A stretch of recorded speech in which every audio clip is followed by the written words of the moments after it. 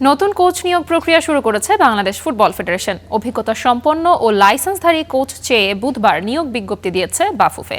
আগামী FIFA window থেকে নতুন কোচের অধীনে খেলবে হামজা সৌমিত্রা। দীর্ঘ ৪ বছর ৩ মাস বাংলাদেশের ডাগআউট সামলেছেন হাবিয়ের কাবরেরা। স্প্যানিশ এই কোচের বাংলাদেশের হয়ে শুরুটা মন্দ ছিল না। বাংলাদেশকে একটা প্লেয়িং স্টাইল এনে দিয়েছিলেন তিনি। তাকে ভালোবেসে দ্য গডফাদার তিফো নিয়ে হাজির হতেন ভক্তরা। তবে সময়ের সাথে সাথে প্রত্যাশা অনুযায়ী ফলাফল এনে দিতে ব্যর্থ হন কাবরেরা।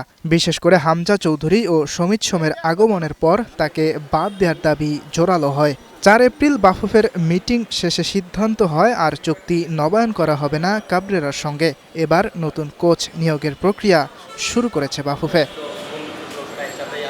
প্রথমে জাতীয় দল কিংবা টপ টায়ার পেশাদার ক্লাবে ৫ বছরের কোচিং অভিজ্ঞতা সম্পন্ন কোচ চেয়ে নিয়োগ বিজ্ঞপ্তি দিলেও পরে ৫ বছরের অভিজ্ঞতার ক্রাইটেরিয়া সরিয়ে দিয়েছে বাফুফে। এছাড়াও আবেদন করতে হলে থাকতে হবে এফসি প্রো, উয়েফা প্রো কিংবা সমমানের লাইসেন্স।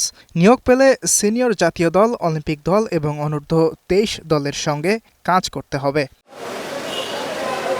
তবে হাবিয়ের কাবরেরার সাথে চুক্তি নবায়ন না করলেও কাবরেরার সুযোগ থাকবে আবেদন করার। আগামী মাসের শুরুতে নতুন কোচের নাম ঘোষণা করবে বাফুফে। আগামী জুনে ফিফা উইন্ডোতে ইউরোপের দল সান মারিনোর বিপক্ষে প্রীতি ম্যাচ খেলবে বাংলাদেশ।